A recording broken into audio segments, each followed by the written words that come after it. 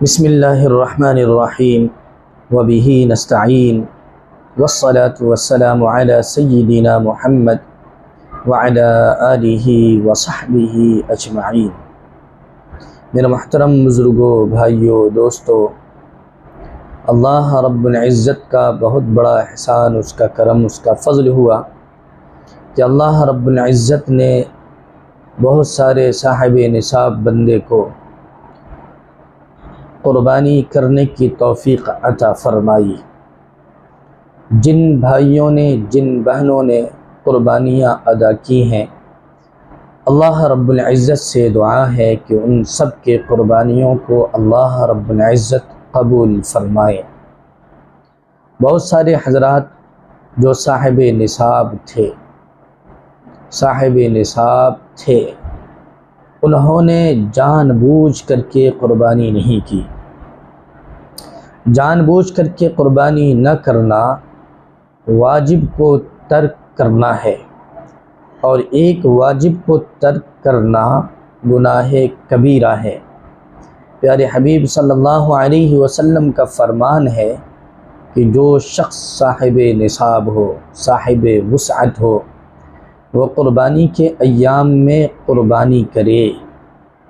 جو شخص صاحب نصاب ہونے کے باوجود قربانی نہیں کرتا، ایسا شخص میری عیدگاہ میں نہ آئے۔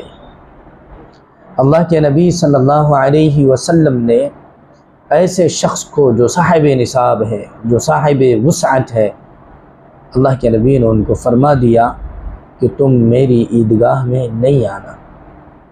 اللہ پاک نے پیارے حبیب صلی اللہ علیہ وسلم کے بارے میں فرمایا، وَمَا أَرْسَلْنَاكَ إِلَّا رَحْمَةً لِلْعَالَمِينَ، کہ اللہ رب العزت نے اپنے پیارے حبیب کو پورے عالم کے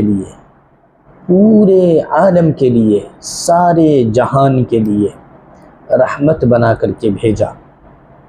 وہ رحمت للعالمین نبی یہ ارشاد فرما رہے ہیں اور یہ کہہ رہے ہیں، اور یہ تنبیہ ہے ہر اس شخص پر جو صاحب نصاب ہے، کہ صاحب نصاب ہونے کے باوجود ان ایام میں قربانی نہیں کی۔ ایسا شخص جو صاحب نصاب ہو اور قربانی نہیں کی، اگر وہ اس کی تلافی کرنا چاہتا ہے تو اس کی دو شکل ہے۔ ایک شکل تو یہ ہے کہ پورا بکرا یا بکری اس کی قیمت ادا کرے۔ بکرا یا بکری جو درمیانی قیمت کی ہو، نہ بہت زیادہ ہائی لیول، بہت زیادہ قیمتی وہ نہیں، یا جو بہت ہی لو لیول، بہت ہی کم قیمت کی، ایسا جانور بھی اس کی قیمت صدقہ نہ کرے، بلکہ درمیانی قیمت کا جانور صدقہ کرے۔ نمبر ایک، اگر اتنی وسعت نہیں ہے کہ درمیانی جانور اس کی قیمت ادا کر سکتا ہو، تو دوسری شکل یہ ہے کہ بڑے جانور کا ایک حصہ اس کی رقم صدقہ کر دے، اور قربانی نہ کرنے کی وجہ سے اللہ رب العزت سے توبہ و استغفار کرے، ندامت کے آنسو بہائے، اور آئندہ قربانی کرنے کا عزم کرے۔ اللہ رب العزت سے دعا ہے کہ اللہ رب العزت وقت پر اگر ہم صاحب نصاب ہوں تو قربانی کرنے کی توفیق عطا فرمائے۔